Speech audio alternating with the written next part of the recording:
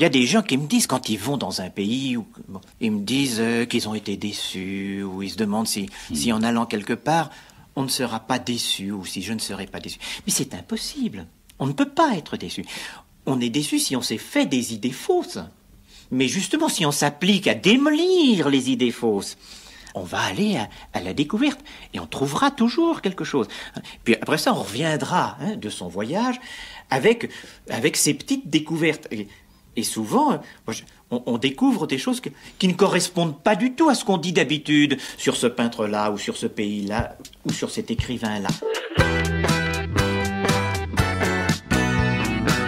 Voyager, s'étonner, lire, écrire.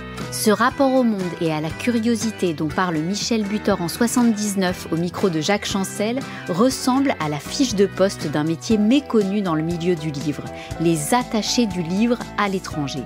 Quel est ce métier de rêve où se croisent des passionnés de littérature et de voyage? C'est le sujet d'ouverture de cet épisode. Je m'appelle Lorraine Malka, je suis journaliste indépendante et vous écoutez Les Voix du Livre, un podcast conçu en partenariat avec les éditions Duno. Chaque mois, je vous embarque chez Livre Hebdo pour entendre le bruit que ça fait quand les pages du magazine du livre se mettent à parler. Au sommaire, en deuxième partie, direction Lille, à la découverte de 2 librairies, d'abord le célèbre Furet du Nord, qui tient son nom d'un ancien magasin de fourrure dont la librairie occupe désormais les murs, et ensuite l'Affranchi, avec un E comme dans Féminisme, un lieu engagé qui fait tomber les murs. À la fin de l'épisode, la clique de Livre Hebdo se réunit autour de la table et accueille un invité spécial, Vincent Jory, du magazine Transfuge, pour décrypter avec nous les tendances de la rentrée et même quelques pronostics de fin d'été. Avant cela, Alexandre Mouawad, rédacteur en chef adjoint de Livre Hebdo, nous emmène à la rencontre des attachés du livre à l'étranger. Ce métier qui, sur le papier, fait rêver. Les voix du livre en ouverture. Un métier de rêve, en effet, Lorraine, un dream job. C'est d'ailleurs par ces mots que Mathieu Diez, l'attaché livre et des bas d'idées à Beyrouth, a annoncé sur les réseaux qu'il cherchait un successeur pour l'été prochain, au terme duquel sa mission de 4 ans se finira. Comment j'ai rencontré Mathieu Diez ? L'année dernière, je suis allé pour la première fois au festival Beyrouth Livre, au Liban, que je ne connaissais pas. C'est-à-dire excepté une légère incursion à 1 an et demi, rendre visite à ma grand-mère qui était encore en vie, mais cela ne compte pas. Là-bas, j'ai été littéralement subjugué, d'abord par le pays, bien sûr, la ville de Beyrouth et son énergie incroyable en dépit des fléaux qui s'abattent sur elle depuis des années, mais aussi par les rencontres que j'ai pu y faire au milieu des concerts, des tables rondes, des lectures, entre auteurs, éditeurs, journalistes, dessinateurs libanais et français. L'émotion était partout. C'est dans ce contexte que j'ai rencontré Mathieu Diez et son adjointe Herminé Nurpélian, ainsi que Julia Trouillou, l'homologue de Mathieu en Inde. Mais définissons ce métier. Qu'est-ce qu'un attaché du livre à l'étranger ? Quelques chiffres déjà. Leur mission dure 4 ans. Et s'il existe un attaché culturel dans chaque pays, à travers le monde, ils ne sont que 21 attachés du livre, des médiathèques et du débat d'idées. Il y en a à peu près autant dans le nord que dans le sud, avec des problématiques très différentes. De façon générale, ils ont vocation à faire rayonner la littérature française et un certain savoir-faire à travers des festivals, des formations, des programmes d'édition. Le tout dans un contexte social, économique, diplomatique à chaque fois particulier. Surtout, ils soutiennent les traductions, comme avec le programme d'aide méditerranéen Livre des deux rives, dont Sarah Gorbal a accompagné le lancement depuis la Tunisie il y a 2 ans. Merci Fabrice, Fanny et... Elle le rappelait encore dans le discours émouvant qu'elle a prononcé en juillet dernier, alors que sa mission de 4 ans est sur le point de s'achever.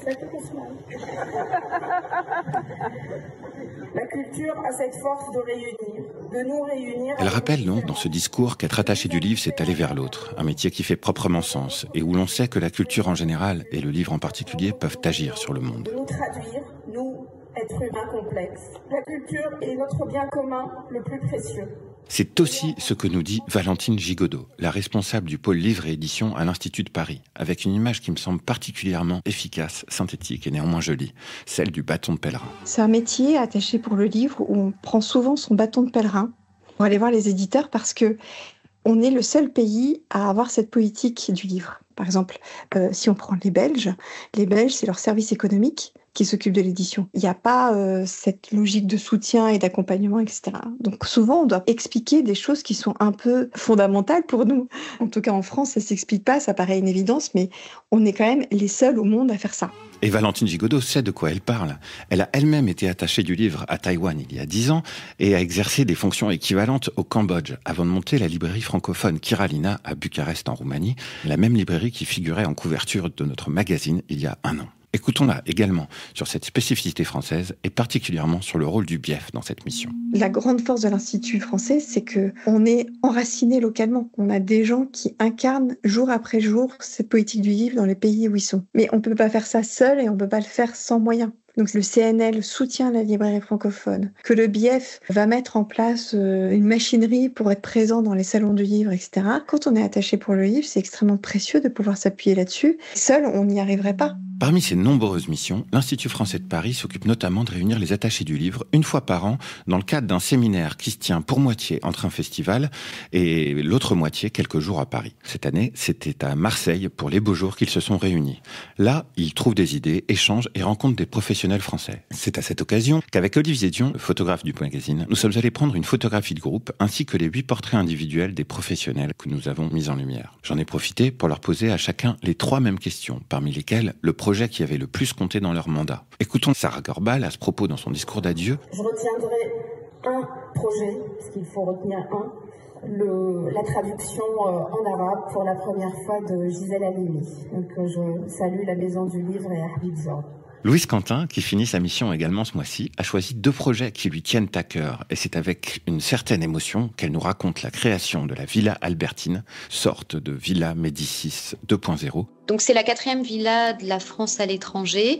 La particularité du dispositif par rapport aux autres villas de la France, Médicis, Cujuyama et Casa de Velázquez en Espagne, c'est qu'on n'a pas de lieu dédié. On s'appuie sur, c'est la force du réseau de la Villa Albertine, c'est une centaine de personnes réparties dans 10 villes aux États-Unis. New York, bien sûr, Boston, Washington, Chicago, LA, SF, Houston, la Nouvelle-Orléans et Atlanta. Le résident arrive avec un projet, donc il doit vraiment avoir un projet qui doit être intrinsèquement lié au territoire. Et la mise en place du choix Goncourt aux États-Unis. Écoutons-la. La première édition, c'était Anne Berest, première édition 2022. Et donc là, on a fait, au printemps 24, notre 3e édition. On a commencé avec 5 facs, puis 8, puis 10. Et les étudiants sont contents.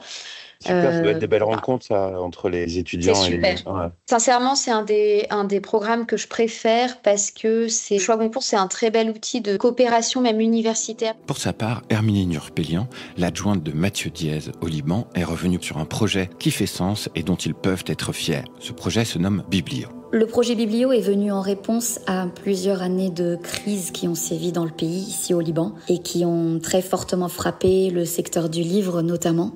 Donc ça a été le fruit d'un partenariat entre 3 éditeurs libraires libanais qui ont acquis les droits de plus de 120 titres de littérature jeunesse auprès d'éditeurs français, dans le but de les imprimer et de les produire localement au Liban, ce qui a permis d'éliminer complètement les frais de transport et de vendre ces ouvrages-là à moindre coût. Il y a donc, grâce à ce projet, 200 000 exemplaires de livres français rendus accessibles à prix abordable, disséminés sur tout le territoire libanais, avec une variété de thématiques et adressés à une tranche d'âge qui s'étend des premières lectures, 6-7 ans, jusqu'aux adolescents, préadolescents, 11, 12, voire 13 ans.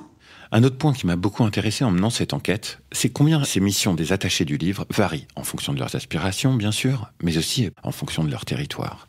Par exemple, la question de la traduction du français ne se pose pas du tout de la même façon pour un pays dit du Nord ou pour un pays du Sud dit globalisé. À Londres, par exemple, il s'agit de tirer le meilleur parti d'une situation économique florissante, tandis qu'ailleurs, ici, là-bas, dans le Sud, la mission de la France consiste plutôt à redonner le goût et l'accès déjà à la lecture, sans considération pour des retombées financières immédiates. Pour conclure, je veux vous redire combien l'enthousiasme de ces professionnels est contagieux. Avec Sarah Gorbal, on s'est parlé longtemps au téléphone avant le second tour des élections législatives, je vous laisse son avis, et puis elle a eu la gentillesse de me rassurer et de me rappeler que Dans les périodes les plus troubles, il nous restera toujours le livre et les possibles qui vont avec. S'il y a une chose que la France sait faire, c'est le célébrer et le faire vivre comme aucun autre pays au monde.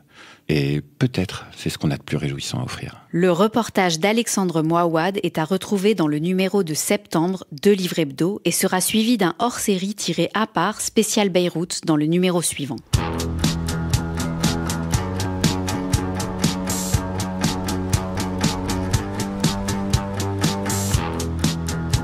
Les voix du livre. Les voix du livre.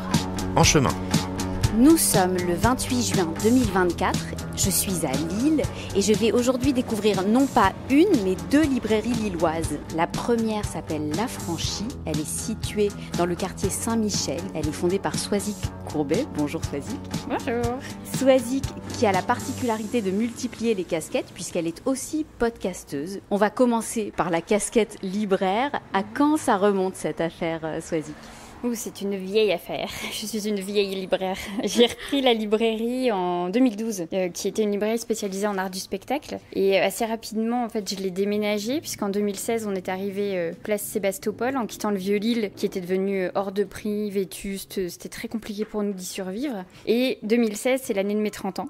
Très, très vieille libraire, donc. Ouais, mais au final, ça fait 16 ans que je suis libraire. Donc oui, je commence à avoir de la bouteille. Ouais. Et donc, on est arrivé ici en 2016, j'ai lu mon premier livre féministe. Lequel ? Les sentiments du prince Charles de Liv Strömquist aux éditions Rackham. Et c'est vrai que ça a vraiment éclairé ma vision du monde. Ça a tout changé et jusqu'à la librairie qui s'est renommée La Franchie et qui depuis est engagée en féminisme et garde sa spécialité dans les littératures théâtrales et en poésie. Quels sont les grands principes sur lesquels tu as fondé cette librairie ? La librairie, elle s'est vraiment construite dans l'idée de valoriser en fait les écrits engagés des femmes, personnes non binaires et trans. Donc c'est-à-dire qu'on n'a même pas 1% en fait de notre stock qui a été écrit par des hommes hétéro cisgenres. Généralement, quand je dis ça, la terre tremble parce qu'en fait, se dire que dans un lieu on ne valorise pas l'écriture des hommes hétéro cisgenres, c'est comme si on se battait avec les planètes, quoi. Mais pour autant, quand je parle d'écriture engagée, c'est vraiment, ce n'est pas parce qu'on est une femme qu'on écrit engagé. Moi, je cherche en fait dans le livre qu'on propose une façon de voir le monde qui serait de ce fameux female gaze, regard féminin, où en fait on prend conscience de l'objectivation des femmes. Parce que je pense très très fort que quand on lit des histoires, des rôles, des personnages qui sont émancipés de ce regard masculin, on peut imaginer les vivre. C'est notre grande force ici. Ensuite, c'est une librairie généraliste, donc on a de tout, de l'essai, des romans, des nouvelles, de la cuisine, de l'écologie. On passe à la casquette podcasteuse. Est-ce que tu peux nous parler du podcast La Franchie ? Alors, La Franchie Podcast, c'est une initiative que j'ai lancée en 2020, au moment du 2e confinement, parce qu'en fait, j'avais l'immense chance d'organiser 4 rencontres hyper importantes pour les féminismes en septembre 2020, mais les jauges étaient limitées à 15 personnes. Sauf que nous, on avait pour habitude de recevoir entre 50 et 60 personnes. Enfin, c'était incroyable et les gens étaient vraiment très tristes en fait, de ne pas pouvoir être là. Donc, on s'est organisé, on a enregistré et les 4 épisodes ont été comme ça diffusés chaque jeudi et depuis on ne s'est pas arrêté en fait, donc on a plus de 140 épisodes disponibles sur toutes les plateformes d'écoute. C'est un podcast vraiment qui reprend les rencontres de la librairie, donc qui sont enregistrées en live, donc on est avec le public et le principe c'est ça, c'est La Franchie Podcast, la librairie chez vous. Et je crois que tu as beaucoup d'auditeuristes. Il me semble que c'est presque devenu un levier de visibilité et même économique pour les perspectives d'avenir de ta librairie. Alors là, là on a dépassé les 160 000 écoutes. Je suis super contente parce que sur une saison, on a vraiment explosé en fait nos nombres d'écoutes. On est écouté partout dans le monde, en francophonie et pas que. Pour le moment, le projet podcast dans son intégralité, c'est du travail gratuit. Je suis pas du tout rémunérée sur ce temps-là, c'est comme un job supplémentaire. Je l'ai vraiment fait parce que je trouve que c'est important d'archiver nos révolutions et je viens seulement de lancer la monétisation, c'est-à-dire que des pubs encadrent l'épisode, ce qui me permet de gagner, on va dire, une centaine d'euros tous les 2 mois. C'est quelque chose comme ça pour le moment, mais ça lance en fait aussi les démarches d'essayer de rendre pérenne ce projet. Et donc là, je pars part dans la grande aventure de comment on finance un podcast engagé, tout en respectant nos valeurs et de pas aller chercher de l'argent n'importe comment. C'est assez intéressant parce que je pense qu'on est assez nombreux à vouloir faire des financements éthiques. Donc, vers qui on se tourne en fait Est-ce qu'il y a des fondations, des mécénats qui permettraient de financer cette partie-là du travail? Et c'est vrai que mon poste, j'ai pour espoir de pouvoir le faire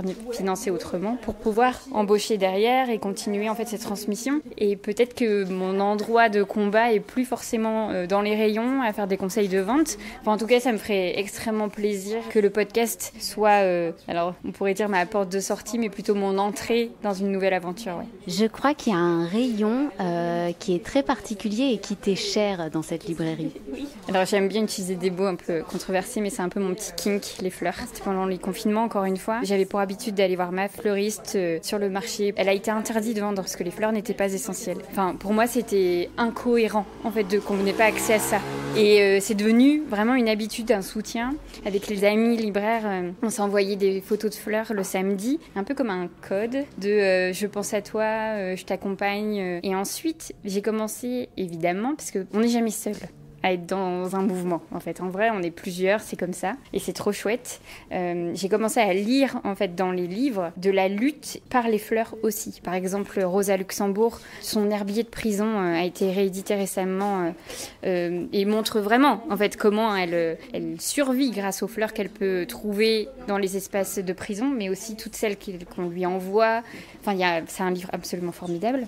Et Photosynthèse de Camille Cornu aux éditions Cambourakis. Là, on est vraiment dans la continuité de ce que je disais, de comment quand on est soi-même en fait dans des choses assez intempestives, de questions d'identité, de transformation, et ben en fait les plantes dans sa maison qui poussent et qui s'étoffent et qui vivent, en fait c'est un lien au vivant extrêmement fort. Qu'est-ce qu'on peut souhaiter à la librairie La Franchie pour les années qui viennent? Là, si on veut être extrêmement concret, on peut nous souhaiter 15 000 €.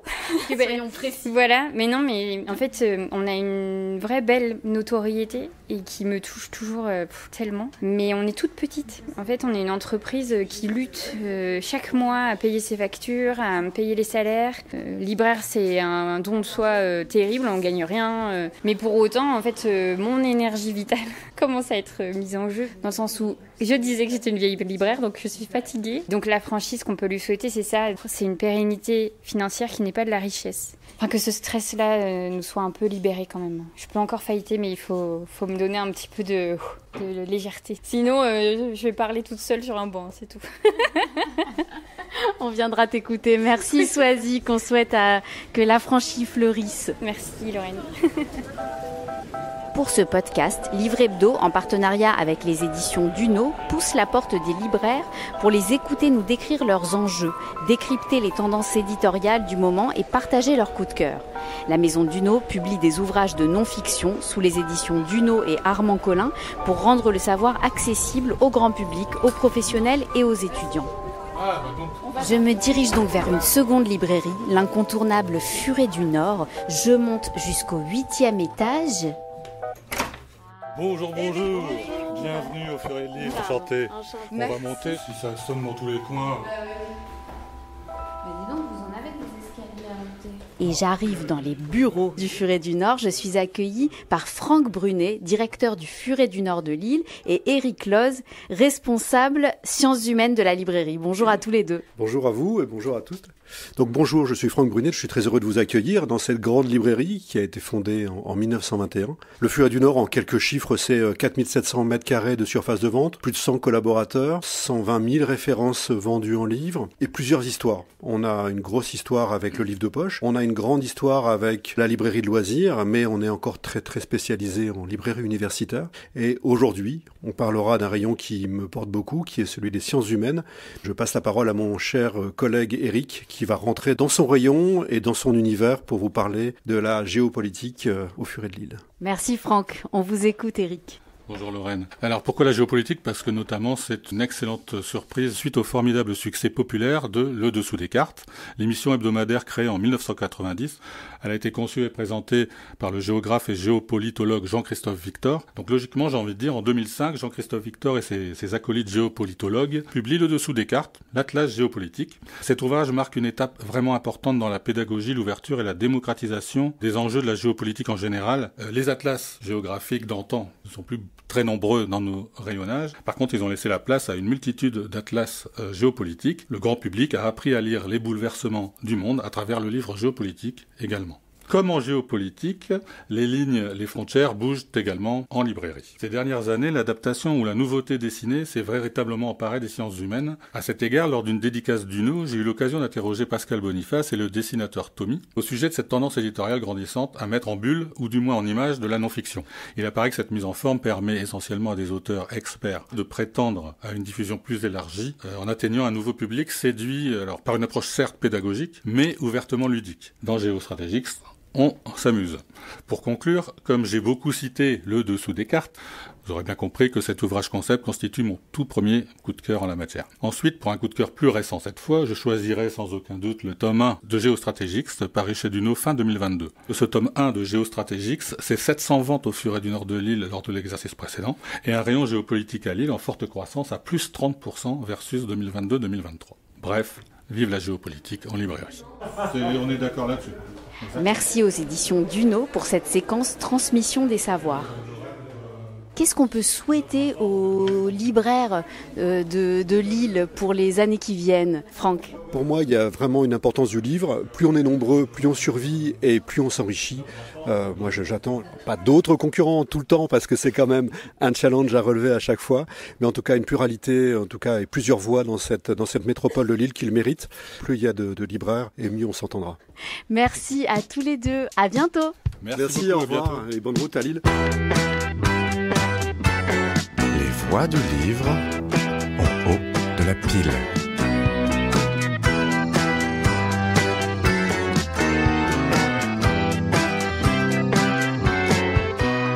C'est la troisième partie de cet épisode, la rubrique En haut de la pile. Autour de moi, la clique de Livre Hebdo, Léon Catan, Sean Rose, Jacques Bronstein. Bonjour à vous trois. Bonjour. Et un invité spécial, bonjour Vincent Bonjour. Jory, à l'occasion de la rentrée littéraire. Donc Vincent Jory, fondateur et directeur de Transfuge, magazine culturel qui fait sa couverture ce mois-ci sur... James Ellroy pour son roman Les Enchanteurs. Voilà, c'est un auteur qu'on suit depuis très longtemps. On a eu un grand entretien de lui et on l'aime bien parce qu'il est très irrévérencieux. Et là, il s'attaque notamment à Marilyn Monroe pour dire que c'est une mauvaise actrice. Donc on trouvait ça assez marrant.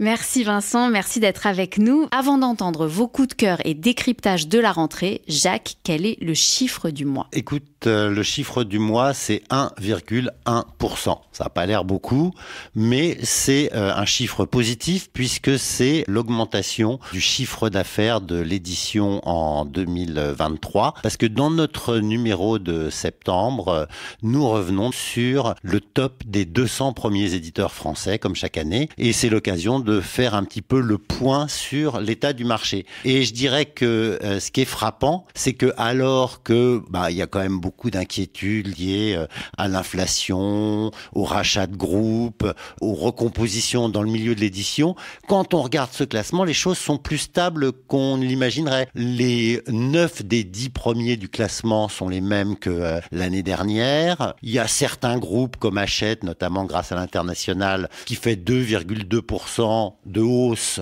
alors qu'il y a eu un rachat, qu'on pouvait se poser la question de qu'est-ce qu'allait changer. Editis, qui lui aussi a été racheté, fait moins 1,9%. Madrigal ou Métra Participation sont en légère baisse, c'est donc les 4 premiers groupes du marché. Par contre, le groupe autour d'Albin Michel vit une jolie hausse. Glénat, 8e, aussi avec presque 16%. Bref, c'est un marché relativement stable, alors que si on suit l'actualité de tous les jours, on a l'impression qu'on est au bord de l'explosion. C'est pas le cas. Il y a effectivement des choses qui sont à vendre, ou plutôt il y a eu un rapprochement, disons, entre Editis et Delcourt, mais ce changement se fait assez progressivement et finalement il n'y a pas le feu au lac entre guillemets jusqu'à maintenant.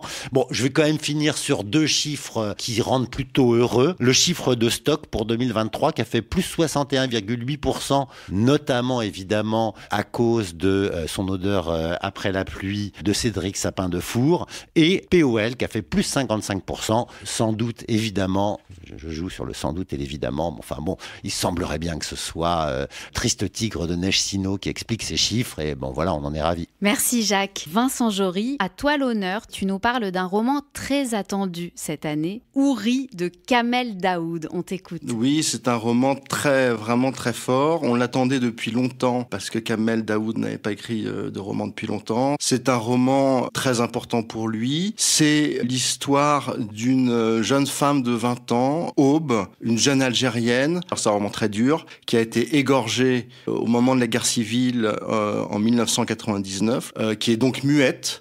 Sa sœur a été assassinée et violée ce jour-là, donc assassinée par les islamistes. Et donc sous forme d'un monologue intérieur, le procédé est très très intelligent. Elle s'adresse à son fœtus, son embryon, qui est censé être une fille, et elle raconte son histoire. Elle raconte son histoire, et à travers son histoire, cette histoire terrible, elle raconte évidemment l'Algérie de la guerre civile, mais l'Algérie d'aujourd'hui aussi, et la condition des femmes, évidemment, par Kamel Daoud, une condition absolument exécrable, horrible, qui dénonce sous forme de roman. On pourrait dire que c'est une sorte de pamphlet politique, parce que c'est vraiment très violent et très politique, mais c'est une violence qui, comme elle est sous forme romanesque, est adoucie, se lit comme un roman pour tout un tas de raisons. C'est un roman qui va être, à mon avis, très important cette rentrée littéraire.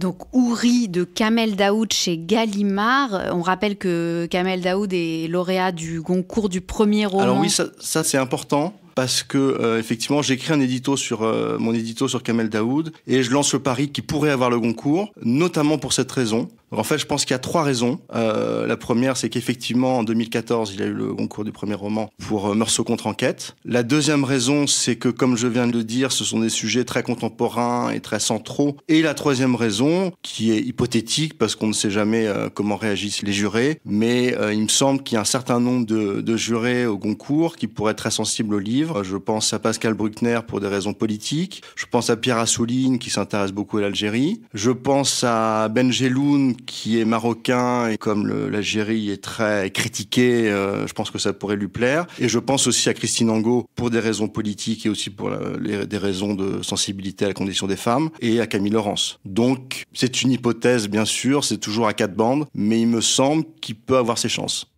Sean, tu paries aussi sur Houri de Kamel Daoud pour le Goncourt ? Oui, je pense qu'il a beaucoup de chance pour les raisons qu'a évoquées Vincent.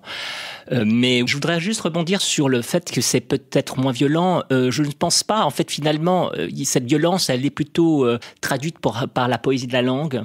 Et en fait, parfois, les métaphores peuvent aussi traduire l'indicible. Et c'est ça la force d'un livre qui parle de cette guerre civile, cette héroïne. Elle est muette. En fait, c'est une métaphore de la chape de plomb qu'on a imposée sur les Algériens sur cette période extrêmement sanglante. Et si je peux rebondir, je suis tout à fait d'accord avec ce qui vient d'être dit. Et je pense que l'arrière-pensée, je dirais, de Kamel Daoud, ce qu'il dénonce aussi dans ce roman, c'est effectivement, comme le disait Sean, cette chape de plomb, c'est-à-dire que il le montre très clairement, il n'y a pas eu de devoir de mémoire sur cette période-là. Et je pense que son idée, c'est de dire que tant qu'il n'y aura pas eu de devoir de mémoire, comme nous, par exemple, on l'a fait avec Vichy, ou comme les Allemands avec le nazisme, etc., je pense qu'il estime que l'Algérie ne pourra pas sortir de cet archaïsme et de ce monde très patriarcal. Parce que, encore une fois, c'est vraiment sur les femmes. Hein. J'ai une citation là, pour montrer un peu la violence, comme tu le dis, des propos et de la langue. Il parle des femmes aujourd'hui et il dit que c'est un pays où l'on aime les femmes muettes et nues pour le plaisir des hommes en rut. Donc c'est quand même, mettons-nous à la place des Algériens d'aujourd'hui, quand ils vont lire ce livre, c'est extrêmement violent pour eux. Donc c'est pour ça que je dis qu'il y a un enjeu politique de ce livre qui est considérable, quoi. Comme dit Sean, il y a cette guerre civile, il estime que si elle n'est pas un jour ou l'autre racontée dans les manuels d'histoire, etc., l'entrée dans la modernité de l'Algérie ne se fera pas, quoi. Merci Vincent. Ouri, paru le 15 août chez Gallimard, un roman donc qui rend la parole aux muettes de l'histoire. Léon, on continue avec toi. Tu es venu avec le premier récit littéraire d'un reporter. On t'écoute. Oui, tout à fait. Alors, est-ce que vous connaissez les 3 règles de la Tornado Alley, ce territoire des États-Unis central propice à la formation de tornades? Eh bien, écoutez, je vais vous les dire, ça peut sauver des vies. Donc, la première, c'est ne jamais chasser un orage dans une zone boisée. La seconde, c'est ne jamais chasser dans une zone riche en lacs et en rivières. Et la règle numéro 3, ne jamais chasser dans une zone avec un faible réseau routier. Et quand je dis chasser, je parle bien sûr des communautés d'amateurs de tornades, qui sont le sujet du premier livre de Simon Fichet, Tornade, à la poursuite du monstre des plaines américaines, qui est paru le 21 août aux éditions Marchiali. C'est une maison qui est connue pour ses récits de non-fiction qui concilient histoire choc et sensibilité littéraire. On pourrait par exemple citer Tokyo Vice. Et justement, comme me l'a expliqué l'éditrice Clémence Billot, Tornade, c'est pas une commande, mais une contribution spontanée qui vient donc de Simon Fichet, qui est un journaliste télé de formation. Je me permets d'ailleurs de rajouter qu'on a beaucoup de primo-romanciers qui sont des journalistes en cette rentrée littéraire, dans des formats à mi-chemin entre le documentaire et la fiction. Et Simon Fichet, il a une histoire particulièrement intéressante à nous raconter, donc celle de son incursion dans l'allée des tornades pour un reportage de France 2 en 2015. Il se retrouve un petit peu embrigadé par un collègue et il se retrouve à sillonner les routes accompagné de 2 chasseurs français. Et l'expérience va profondément le traumatiser, d'où l'exercice thérapeutique de l'écriture près de 10 ans après. Pourtant, ce qui marque dans le livre, c'est son humour. C'est vraiment un humour noir de pur anxieux, en fait. On est très loin du sensationnalisme à la Twisters dont le remake est sorti en salle cet été. Écoutez par exemple comment le journaliste décrit ces fameux chasseurs de tornades attitrés au début du livre. Il dit « Laetitia fait 1,60 m, porte des tongs, une veste de jogging et surtout tient coincée sous son bras une pochette plastique avec ses billets d'avion, signe d'une personne maniaque qui ne saurait prendre les bonnes décisions dans l'urgence, me dis-je. Mathieu est trop maigre, trop raide, trop mal chaussé de fines lunettes rectangulaires et de sandales quechua pour être un aventurier. Un peu ridicule pour tout dire, avec son petit sac à dos rouge sur le ventre. On dirait Sheldon Cooper, évadé de The Big Bang Theory. » Donc voilà, cette honnêteté brutale, elle ne nous quittera pas tout au long de l'histoire qui flirte avec le road movie. Le making-of aussi, parce qu'on retrouve tous les éléments d'un reportage en gestation, galère comprise, mais non sans poésie. Car dans cette équipe d'individus normaux et un peu paumés, il y a aussi un peu de la bravoure du capitaine Ahab qui est déterminé à maîtriser les éléments. Merci Léon. Tornade à la poursuite du monstre des plaines américaines de Simon Fichet aux éditions Marchiali. C'est sorti le 21 août. Sean, c'est à toi. Tu es venu avec 2 livres au rayon littérature étrangère. On t'écoute. Oui, alors c'est 2 livres qui font l'ouverture du cahier littéraire du LH daté de septembre, qu'on a titré Orwell.es, puisqu'en fait c'est Orwell du point de vue féminin. C'est-à-dire qu'il y a 2 livres, un de Sandra Newman qui s'appelle Julia et un livre d'Anna Funder qui s'appelle L'invisible Madame Orwell. Je vais commencer par celui de Sandra Newman. J'en avais parlé quand j'étais allé au Salon du Livre de Londres. C'était vraiment une enchère assez importante. Sandra Newman est connue pour un livre qui n'a pas été traduit, qui s'appelle The Man, où c'était un roman SF où elle décrivait un monde où le chromosome Y avait totalement disparu. Là, de renverser le point de vue un peu comme Kamel Daoud avec Meursault contre enquête. En fait, c'est l'idée de l'arabe dans L'étranger de Camus, mais de son point de vue. Là, c'est le point de vue de cette héroïne. Elle reprend tout, Sandra Newman, avec l'accord des héritiers de l'estate d'Orwell. Et donc, elle reprend tout, la novlangue, le crime de sexe. Et donc, en fait, on a ce point de vue de Julia. Donc, c'est très intéressant. Elle le repère.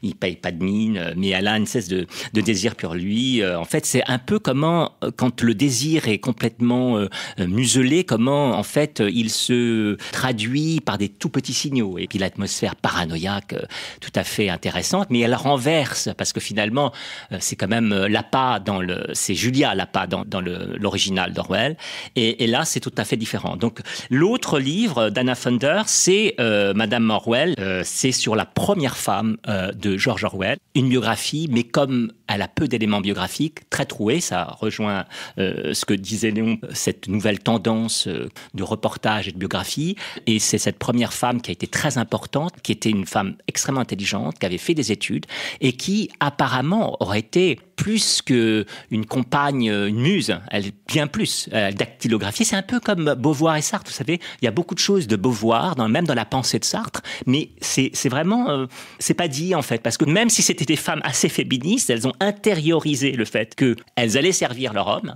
Donc là, on a vraiment cette femme incroyable qui a fait des études, qui est plus brillante académiquement que Orwell, qui a été très importante, mais elle est presque derrière La ferme des animaux. Mais pourtant, cette femme est mentionnée nulle part par ses biographes masculins. Les 6 grandes biographies majeures d'Orwell sont écrites par des hommes, et lui-même, Orwell, dans l'hommage à la Catalogne, il mentionne sa femme, mais il dit « ma femme », il l'a nomme pas. Et donc, il faut la nommer comme ça. Elle s'appelle Eileen O'Shaughnessy. Et donc, c'était une femme très brillante. Donc, c'est vraiment 2 livres complémentaires et qui montrent le génie d'Orwell aussi. Mais c'est vrai qu'on rend justice aux personnages féminins et à l'univers féminin qu'il peut y avoir chez Orwell. Vincent, tu voulais réagir ? Oui, juste, il est incroyable de voir à quel point Orwell est redevenu un nom propre majeur depuis, je dirais, peut-être une dizaine d'années. Tant notre époque pose la question des libertés individuelles. Non, mais c'est tout à fait ce que tu dis, Vincent.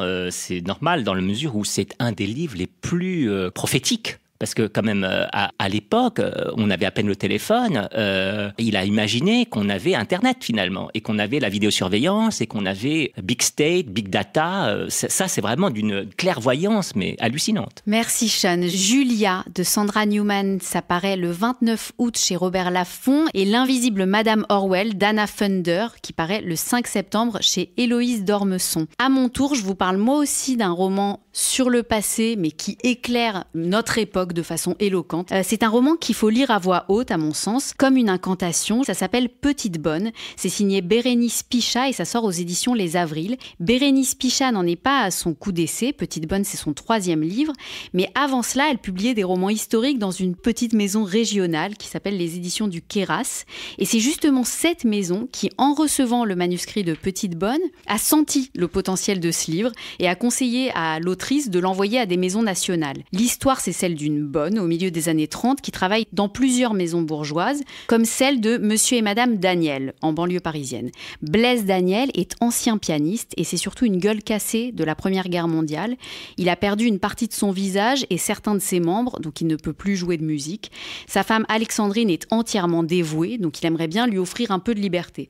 Et un jour, il se retrouve tout seul, tout un week-end, avec la bonne. Ça n'était jamais arrivé. Quelque chose va se lier entre eux et il va lui faire une demande très inattendue. J'ai envie de laisser le mystère entier parce que ça fait vraiment partie des plaisirs de ce livre. C'est un livre qui nous fait basculer 100 ans en arrière, mais qui, comme je le disais, éclaire des problèmes très actuels sur le soin, la dignité des soignés et des soignants-soignantes. Et il y a aussi un autre élément jouissif, c'est l'écriture. Bérénice Pichat fait le choix d'écrire tous les monologues intérieurs de la bonne en vers libre. Ça rappelle un peu Joseph Pontus dans À la ligne. Cette poésie qui est avant tout un rythme intérieur, une pulsation du travailleur ou de la travailleuse. On a l'impression d'être dans le ventre et dans les pensées de cette femme. Donc c'est évident qu'elle pense en vers, parfois de façon colérique ou au contraire avec beaucoup de patience. Je pense que cette écriture qui est à la fois très exigeante et engagée peut vraiment plaire à de très nombreux lecteurs et lectrices. Et c'est sûrement ce qui fait de ce roman déjà l'un des plus remarqués de la rentrée. Il est déjà, avant même sa parution, acheté par le livre de poche, sur la liste du prix Fnac, Cultura, la liste envoyée par la poste aussi. Bref, on ne pourra plus dire que les poètes restent entre soi. Cette rentrée peut être surprenante à ce niveau. Sur ce, je vous souhaite une rentrée remplie de poésie, de tornades et d'éclectisme. Et je vous retrouve au prochain épisode. À bientôt. Merci.